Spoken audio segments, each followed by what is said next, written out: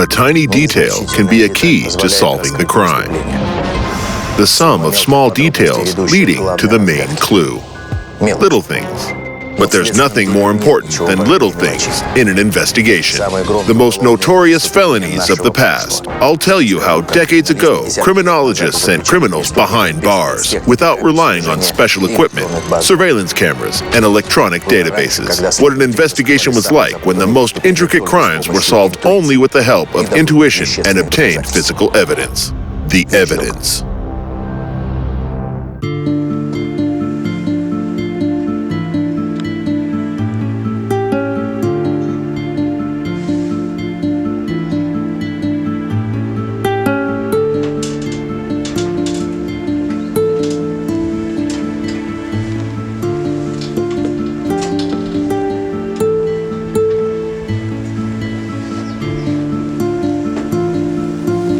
Darling, what are you doing? I'm playing school. I want to be a teacher. In the fall of 1942, the Nazi occupants' militia broke into Dr. Dubrovin's house.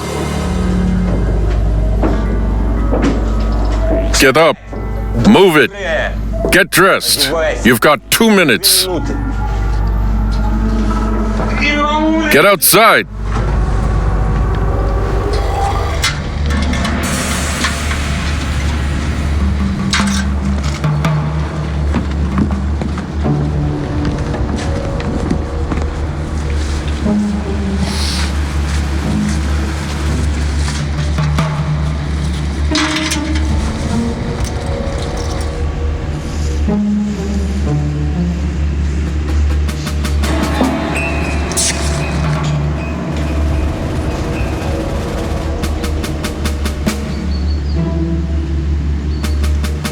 Stop. We've arrived. Get out. Mommy! Daughter! Go. Leave her. Let her live. Daughter!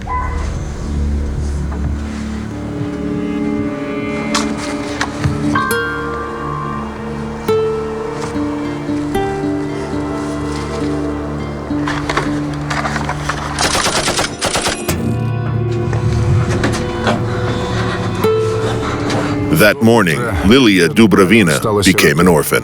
The lame Nazi militiamen fired at her parents from a machine gun and then went to finish them off.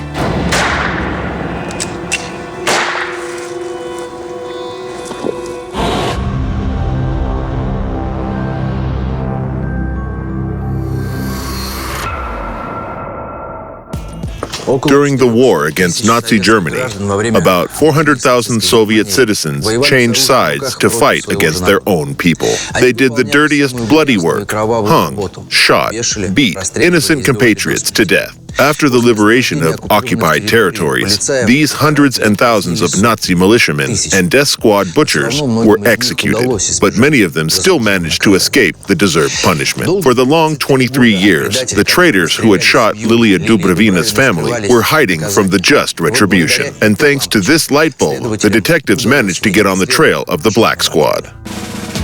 Electricity widely came to Soviet homes in the 1920s of the last century. But at that time, the voltage of the electric network was 127, not 220 volts. After the war, the voltage was changed with an eye on power saving. The higher the voltage, the less material is needed to produce wires. The transition process was unsystematic and dragged on for decades. It was not rare when part of the city was already using the 220-volt power grid, while the other powered its appliances with a voltage of 127 volts. Eyewitnesses recalled that during the transition to a new system, fires often occurred in houses.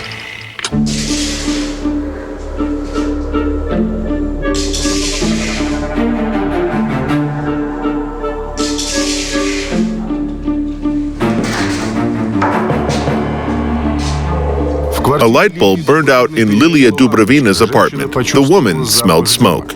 Lilia took out the phone book and dialed the utility office.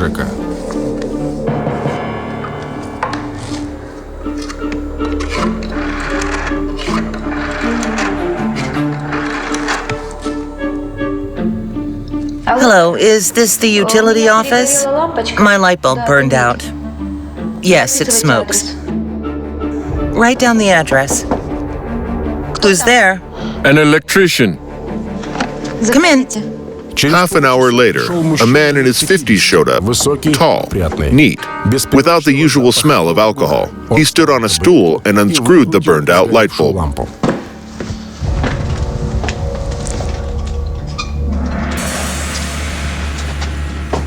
Oh, I see. The light bulb is a carbon thread and your house is connected to 220. You need a light bulb with a metal thread. The utility office must have warned you, didn't they? Yes, they did. I'll buy one from my next salary. What's your job? A school teacher. So, take a light bulb, go to school, and when no one is there, unscrew it.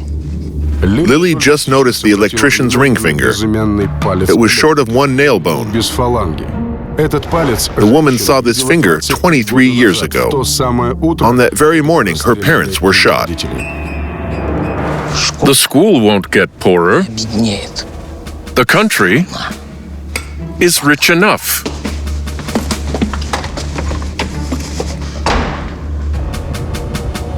As soon as the electrician left, Lilia picked up the phone and dialed the police office. She said that an electrician from her utility office had collaborated with the Nazi militia during the war. Hello, police? I have information for you. This is Sergei Gorovoy, born in 1915. For the last 10 years, the man has worked as an electrician at a utility office, married, and has 2 children. He was conscripted in July 1941, and a week later, after his unit ended up encircled, he was taken prisoner. For about 18 months, he was kept at a POW camp near Militiamen city. He managed to escape and joined a guerrilla detachment. After the city's liberation, he rejoined the army and reached Berlin. Yes, come in. Detective Kuznetsov asked himself an obvious question. What are the chances that a 5-year-old girl was able to remember the Nazi collaborator? Moreover, Gorovoy was in captivity, which means he had to undergo a series of scrupulous checks. Lilia, I have carefully read your report. Let's be clear. You do not believe me. Well, not quite. You see, you were only 5 years old. And it was such a long time ago, too. That's something that can't be forgotten. I understand you. But I can't jail a war veteran just because he's missing one finger. Electrician Gorovoy's personal file contained testimonies of people who shared camp captivity with him, a prisoner's card, a military ID issued in 1943, and war decorations. Detective Kuznetsov felt really awkward having to talk to Gorovoy's workmates. Offering a compelling reason for the police's interest in such a reputed man was quite a problem. He served as a horseman for the Nazi police. When they drove us, they were all staying mute. When we arrived, the horseman said that guerrillas had burned down the farm. The commandant ordered 50 people to be shot for this. That's exactly how many pigs were burned on the farm.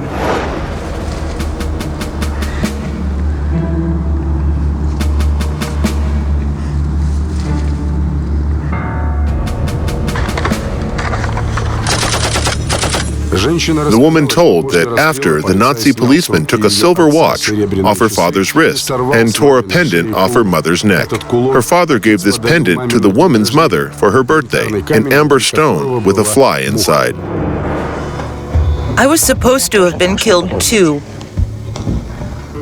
but they spared me.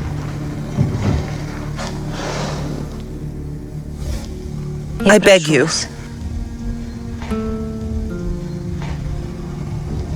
Let's go to Bila Cerkva. I'll show you Praskovia's house. The Nazi militiamen lived in this house during the war. Praskovia, the house owner, had to identify Gorovoy. I'm sure.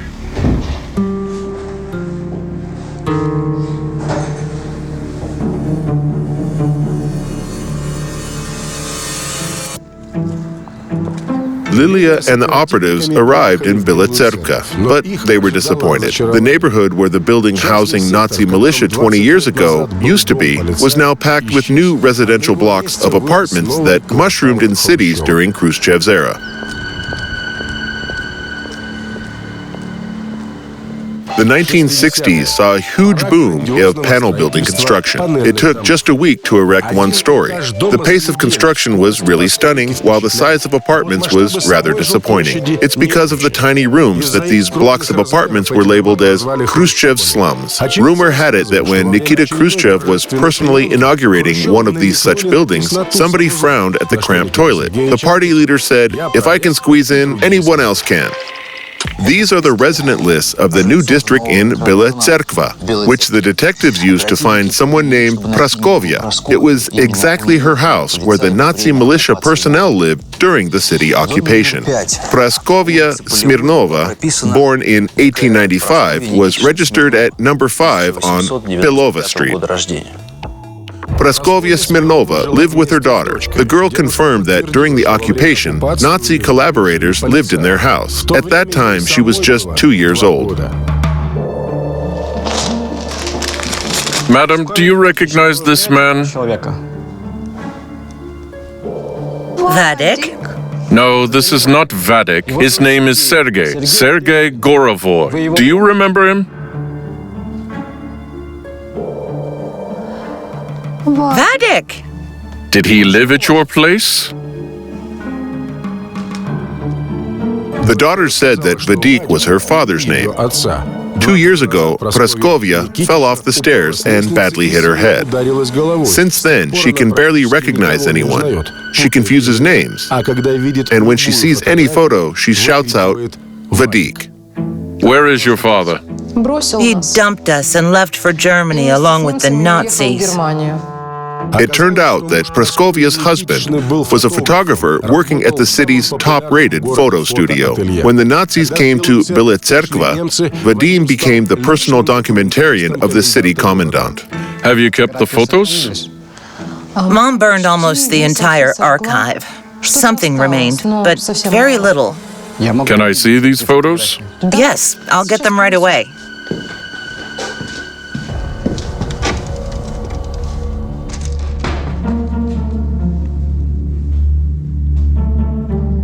Vadik!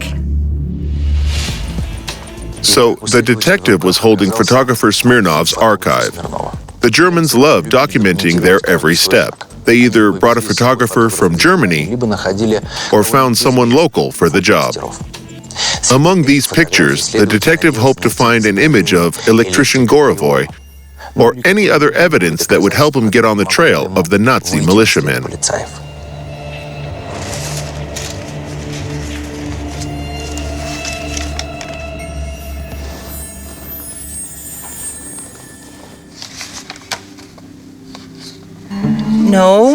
No. And here? Here. It's him. This is the horseman. Soon, electrician Gorovoy was found in several more photographs. Suddenly, Lilia Dubrovina caught her breath.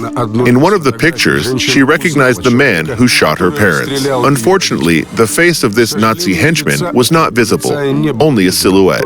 But Lilia would never mistake him for anyone else. Short, slim, round-shouldered, with a lopsided shoulder.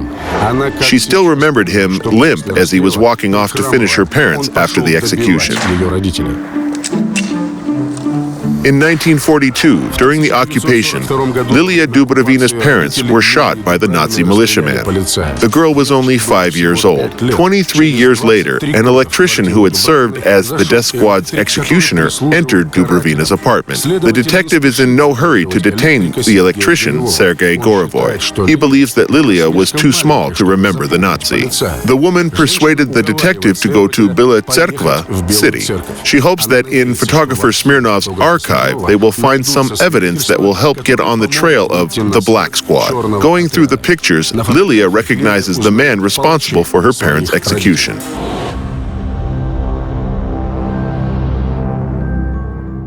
It seemed like an ordinary photo.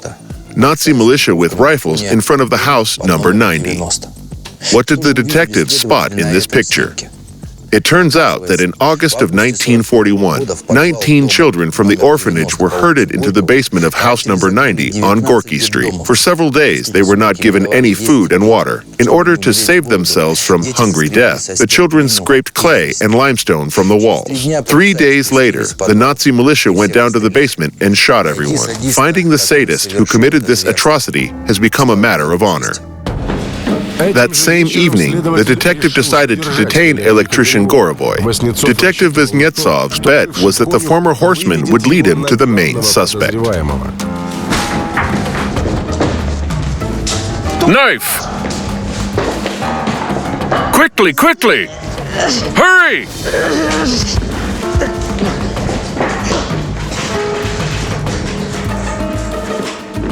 He couldn't be saved. Well, what have we got? Too late. Call the investigators. How could Gorovoy know that they would be after him? The answer was in the note. He addressed the first part of it to his wife and son, and the second part to the detective. I was young and weak. I just wanted to live, but now I don't want to. I can't. I won't give out any names. I don't want him to take revenge on my family. Gorovoy.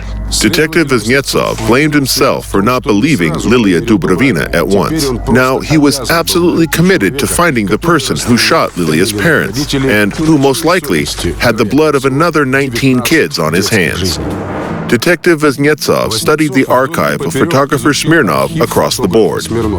The suspected killer appeared in another picture. Unfortunately, the face of the executioner was unidentifiable.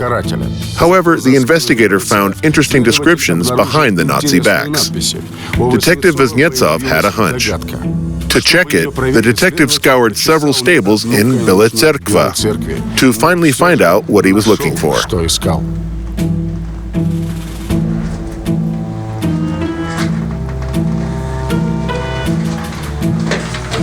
Little has changed in the stable since then. A board on the wall, against which the Nazi militia took pictures of themselves, was still up on the wall. Candiba.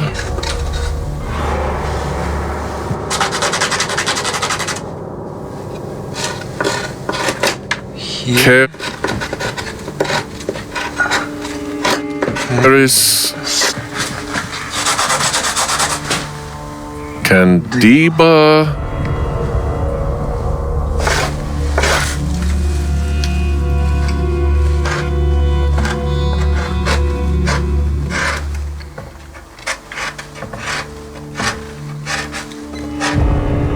Candiba Karis Block. Detective Voznetsov's guess was confirmed.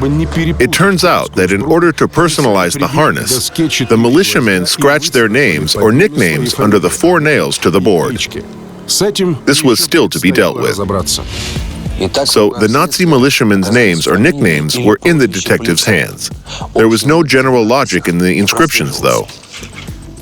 Gore, it could have well been the nickname of horseman Gorovoy.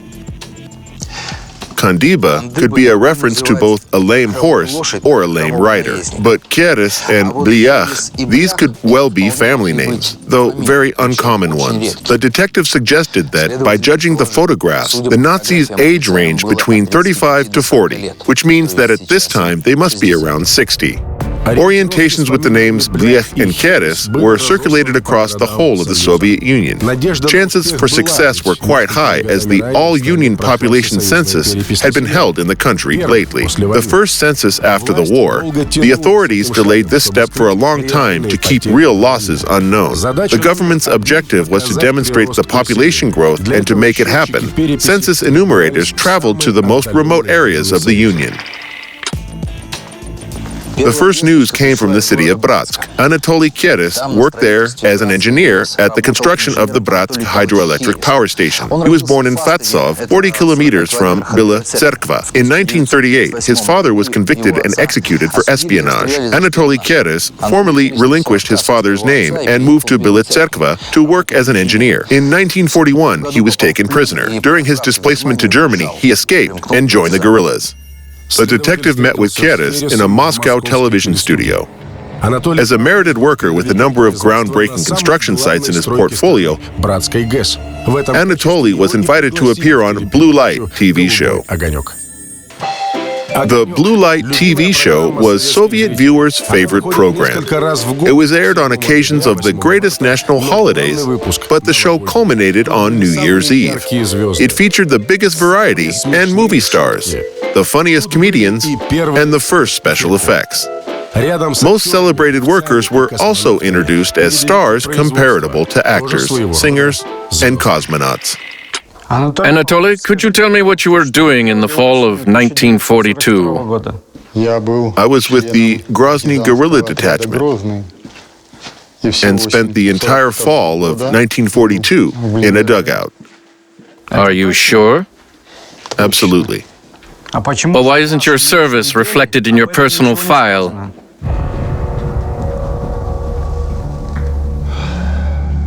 October 1942 turned out to be very cold. Keres's detachment had been in hiding for the second month. It's cold. Why don't we fire up the stove? Forget it. They can spot us. Oh, come on. Otherwise, we're going to freeze to death. Anatoly persuaded his friend to fire up the stove.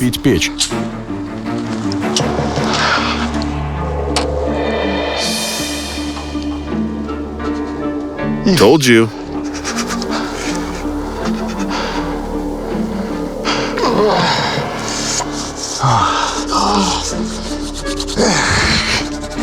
That is definitely more fun. 5 minutes later, the Germans spotted smoke and began shelling the camp with mortars.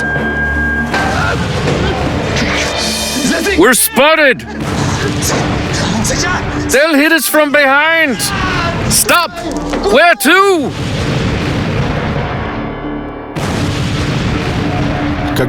When the fire ceased, Keres climbed out of the dugout and found his friend dead.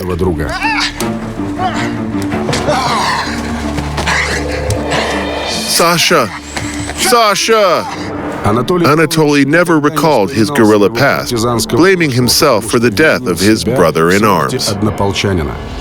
Keres's fellow fighters corroborated his testimony. At the time when orphans were massacred and Lilia Dubrovina's parents were killed, Anatoly Keres was in another place, based in the Kerensky forest of Voroshilovgrad, now Luhansk region. A new clue led the detective to a special camp in Vorkuta, where Vasily Biech, sentenced to 25 years of penal servitude, was doing his term. Vasily's appearance left no doubts. Even 20 years later, the Nazi butcher appeared and the yellowed photograph could be easily recognized. The detective recommended Biech to recollect and tell in detail what he was doing in the fall of 1942. I was in Bila Tserkva, cooperating with the Nazi militia. Little chores, you know, nothing criminal. I was stupid, boss. Stupid.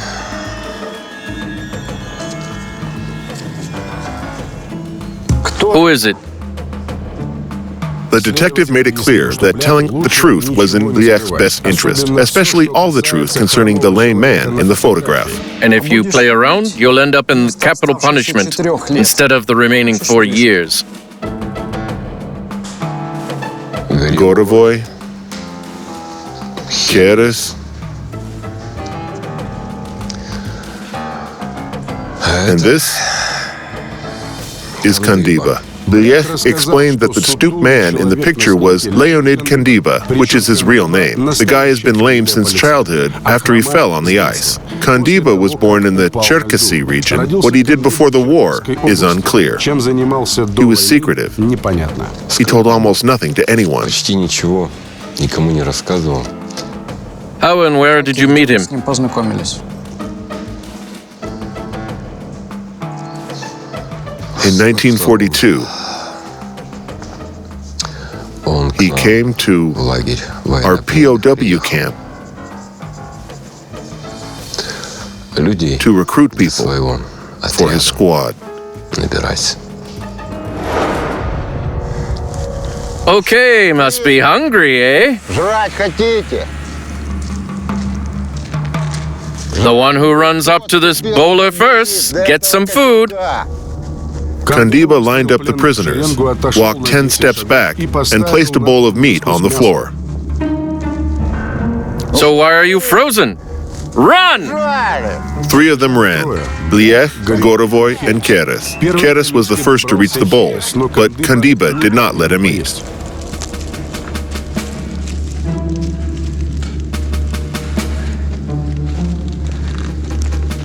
Three of you will join my squad, Мне в отряд. and I will talk with you now. Поговорим. That was how Bliech, Gorovoy, and Keres were enlisted in the Black Squad. The prisoner who did not run for the bowler was shot by Kandiba. He needed fighters ready to cut throats for food. And no loose ends anymore. Bliech's testimony allowed to establish Keres's identity. Keres, which stands in for sherry in Russian, was a nickname of someone named Mikhail Pokutny. In 1937, he fought on the side of the Republicans in Spain, was awarded a medal, although this medal played a cruel joke on him. So you say you served in Spain, right? It was 1937. With the Republicans. I even received a medal. You don't say. Seriously. I did, yes. Do you have any relatives? Children? I have a mother, wife, but no children. So, let's drink to Cairns then. To our hero, Нашего. to General Franco's enemy. Франко.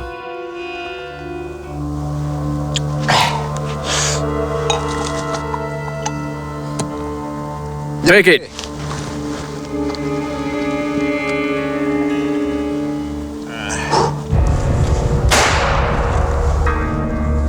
It was necessary.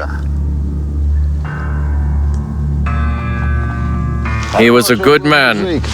Kandiba approached Keres, who was still alive, took off his silver watch, and tore Lilia Dubrovina's mother's amber pendant off his neck. Then he searched his pockets and took the documents. Since then, Leonid Kandiba became Mikhail Pokutny. Nice papers. Exactly what I need.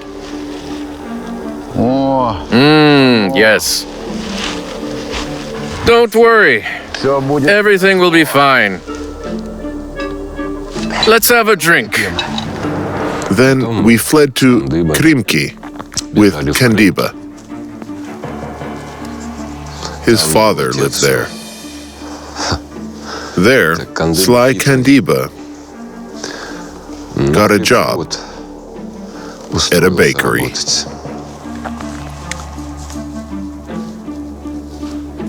And I went to the Nazi militia, once more a moron, for which I paid the price. Back from Spain in December 1937. At ease. Медаль. I was awarded a medal for the Ebro battle. Эбро.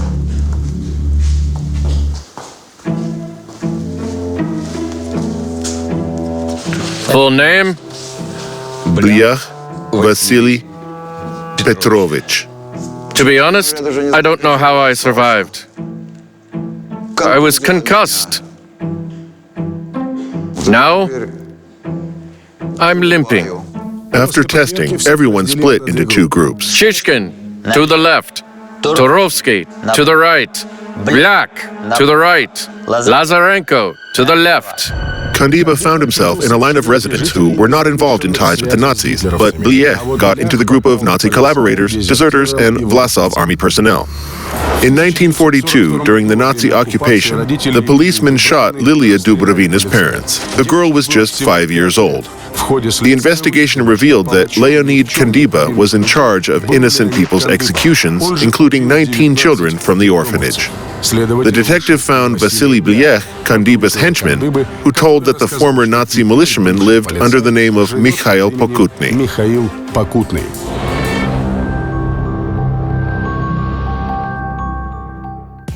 So the detective managed to find out where Kandyba was last seen, Krymki village. Most likely, after the check, he tried to hide. But the census data suggested that his father still lived in this village, and it was only possible to hope that Kandyba Sr. was still alive and in his right mind.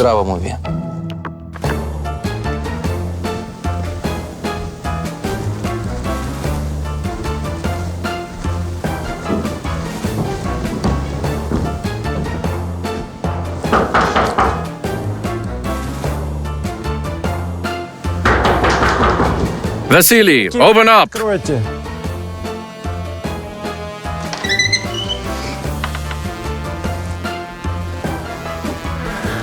What is it? We need to talk to you about your son. Come in.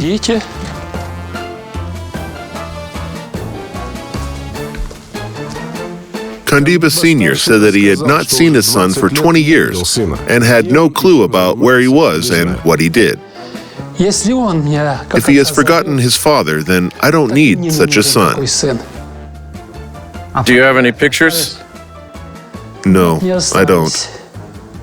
I had a fire. Everything burned to the ground.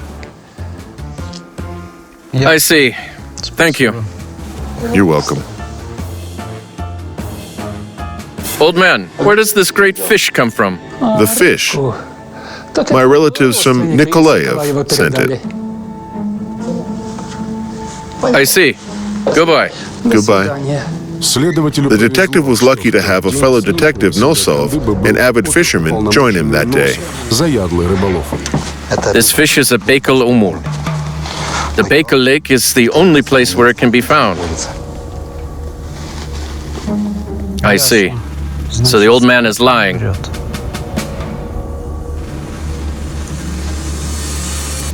Omul was a hallmark of the Soviet Union, like the circus, ballet, and astronautics. In 1966, this rare fish was even depicted on a postage stamp. Generous residents of the Baikal region would often send parcels with dried omul to grateful relatives. Everyone who lived in the Soviet Union remembered that exciting moment when a parcel notice arrived in the mailbox. In those days, mailing food in parcels, canned food, pickles, and even fresh meat and poultry was quite common. To preserve the content from perishing, one only had to wrap the foodstuffs in salted linen and to screw holes in the box. In those days, people preferred boxes made of plywood. It was easy to erase the address and reuse them. In the morning, the detective went to the post office. There, Voznetsov was told that Kandyba Sr. had for many years been receiving parcels in the fall. These shipments always originated from the same place, Gramachinsk, the center of the Baikal fishery. The investigator hoped that the sender of these shipments would be Pokutny. It was under this name that the wanted Nazi militiaman was last seen. It wasn't the case, though. Who is the sender? Here, it is a different name every time. Papugin, Durakov, Osintsev, Varzin. Papugin, Durakov, Asintsev, Varzin. How remarkable. Each of these names, used individually, wouldn't stir up anyone's suspicion, but listed one after another, they offered an obvious clue for the detective. These were the names of the Soviet Union national field hockey team players. Now Papukin, the best striker of our team, regains the ball. Nikolai Durakov still breaks through the defense on the 36th minute, and an accurate pass, and Osintsev scores! It was clear that the packages to Kandyba Sr. were sent by a hockey fan, but the old man was reluctant to share who this mysterious sender was. The detective went to Gramachinsk, where all the parcels arrived from. No place is better for getting lost than the endless taiga. Voznetsov hoped that he would find Kandyba there. Hello. Hello. You are not dressed for the weather, comrade detective. I can already see it myself. Can you suggest a local store I could buy boots at? The woman said that the vending truck arrives in their neighborhood once a week on Sundays. And since today was Monday, the only way to avoid 5 days of waiting was to buy boots from a shoemaker. Thanks. That's exactly what I'll do. You know, I'm looking for a man about 60. He often comes here to send parcels. Everyone knows each other here. Maybe you can help me find him. Grimechinsk is a small fishing village with some 100 households. The detective was sure that all the villagers knew each other, but the post office worker upset Voznetsov. I don't know everyone. On Tuesdays and Fridays, the postman goes around all the villages within a range of 200 kilometers, collects letters and parcels from everyone, then brings them over to the post office. There's no way for me to know everyone. And the next pickup day is in 2 days, right? Yes. You know, the person I'm looking for is lame. Does that bring anyone to mind? The woman's lameness is not anything special for locals, of whom ex-military, lumberjacks, and fishermen were the majority. Can you give me their last names? Sure. Okay, Will you write them down? sure I will. Okay. Stepanov. A tractor ran over his leg in the fall. The postwoman begins to list the names, commenting along the way on the circumstances the person became disabled. And Fedotov jumped from the second floor. They had a fire. And that's all. Thanks. You're welcome. Goodbye. Goodbye.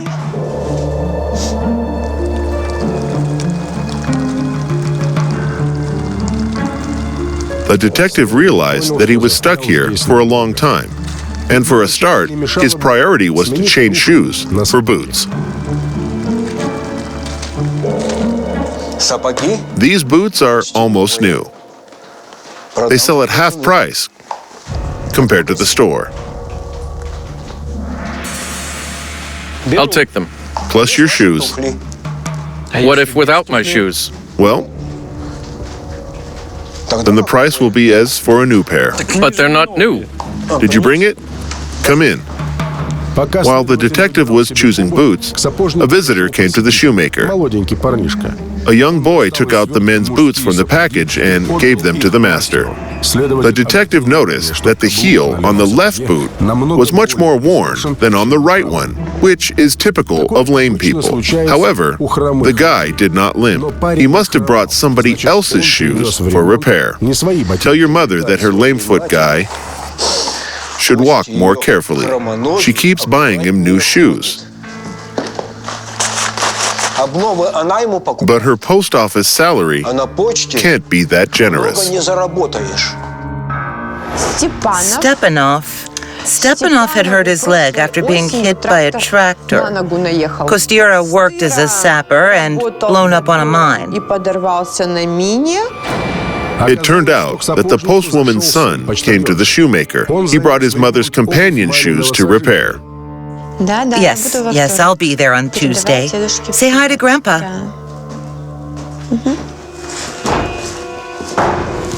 Lady, where did you get this pendant from?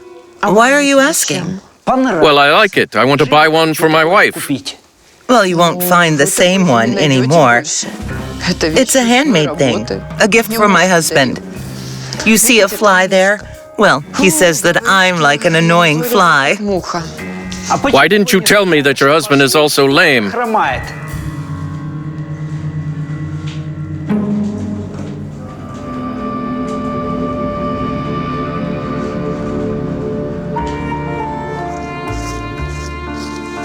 Uncle Fedya was a very good friend of my dad's. But when my father died 2 years ago, he began to live with us. How does he treat you? How does he treat me? He beats me. Okay, I'm not going any further. There is a boat station. Look for him there. Great. Thank you. Goodbye. Goodbye.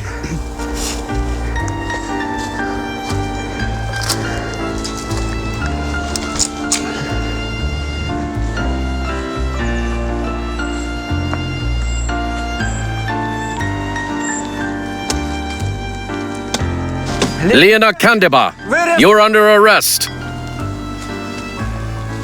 For what? You are suspected of murdering the Dubrovin family and 19 children. It can't be him. I don't believe it. Hands up! Raise your hands and throw away the axe.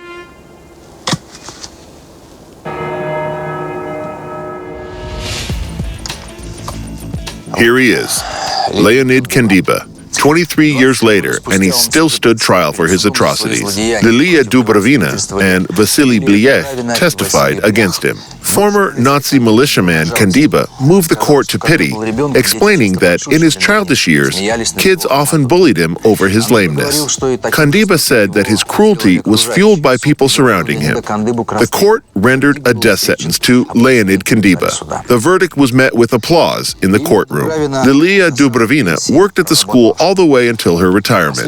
Up until the last days, she did not part with her mother's pendant.